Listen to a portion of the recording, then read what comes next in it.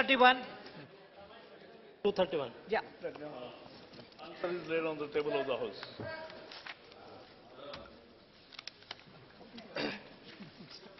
Sir, climate change, जलवायु परिवर्तन 21वीं सदी का सबसे महत्वपूर्ण विषय बन गया है और उसका दुष्परिणाम अभी हम सृष्टि पर देखने लगे हैं। और 2007 में उसकी गंभीरता देखते हुए गुजरात सरकार देश में इकलौती गवर्नमेंट थी जिन्होंने जलवायु क्लाइमेट चेंज मंत्रालय शुरू किया था। माननीय सभापति जी, मुझे जो जवाब दिया गया है उसमें बताया गया है कि 1901 से 2010 में 10 साल में वैश्विक पर्यावरण में जो बदलाव हुआ और समुद्र की सपाटी जो बढ़ी वो 0.19 मीटर समुद्र की सपाटी में बढ़ोतरी हुई।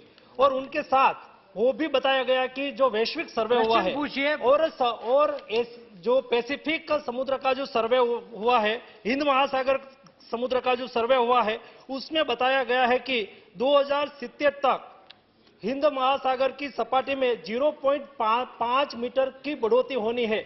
उसकी इफेक्ट जो समुद्र के स्तर पर समुद्र स्तर से नजदीक जो विस्तार है, जैसे कि गुजरात में कच्छ, खंभात और वैसे क्षेत्र जो समुद्र की सपाटी से लेवल के है, उसके ऊपर उसकी इफेक्ट क्या होगी? एक हमें समझना चाहिए कि एक जलवायु परिवर्तन एक सच्चाई है कि जिसमें एक सी लेवल राइज होता है, लेकिन इतना भी हम डर का माहौल ना पैदा करें कि जैसे सब डूब रहा है। 2012 नाम की एक फिल्म आई थी और 2012 में डूबने वाला था, लोग कह रहे थे, ऐसा नहीं होता है। लेकिन सच्चाई ये है कि जलवायु परिवर्तन के बहुत परिणाम होते हैं और पिछले 110 साल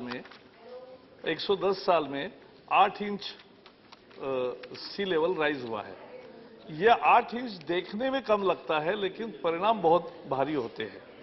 और एक बात महत्वपूर्ण है, भारत को 5400 किलोमीटर का सागर किनारा है जो केवल ईस्ट एंड वेस्ट है, और हमारे जो आइलैंड्स है 40 आइलैंड्स ऐसे है, लगभग 35 आइलैंड्स ऐसे है कि जहां मनुष्य का वस्ती है, और मानवीय वस्ती जहां है वहां का अगर समुद्र का ये सीमा देखे तो हमारी लगभग 7500 किलोमीटर से ज्यादा सीमा है। So in a way we are also an island state in that sense. तो मुद्दा यह है कि इसलिए इस पर सरकार पहले से गंभीर है।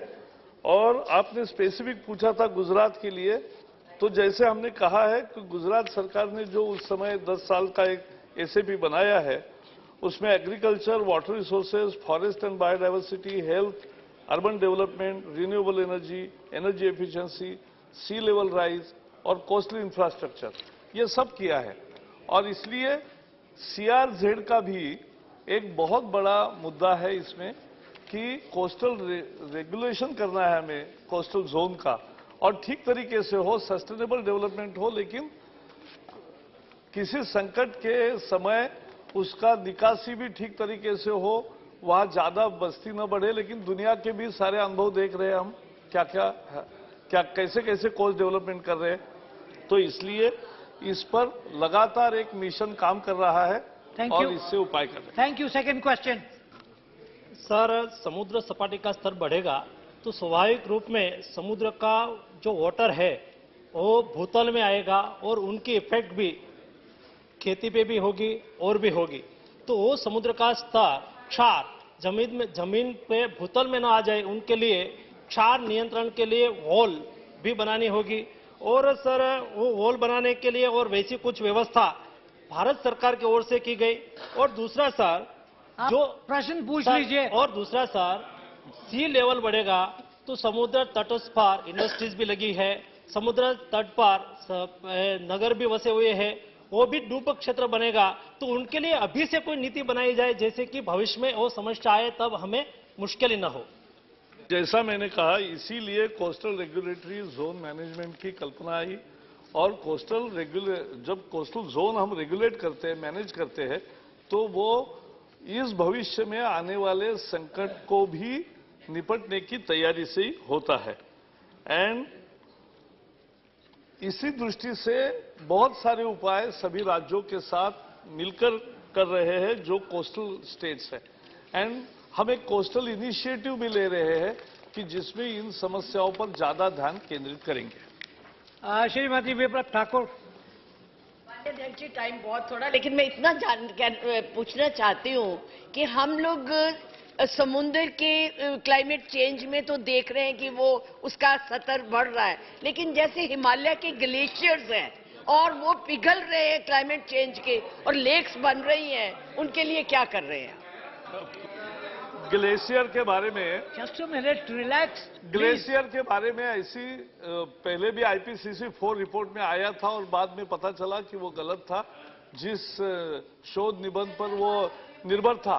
लेकिन ये भी सच्चाई है कि स्थान बदलते हैं और ग्लेशियर्स में कुल मिला के दुनिया का एक संकट है, इसीलिए तो सी लेवल राइज हो रहा है।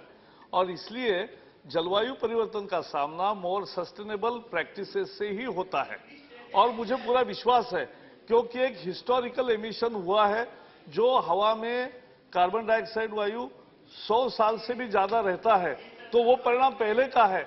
लेकिन I believe in 1 minute please, I am doctor Mangekar please. we believe in human intent and human intellect, and new technologies are coming up which provide you a cleaner energy path, which provide you a cleaner habitation, which provide you more cleaner way Question of are being over.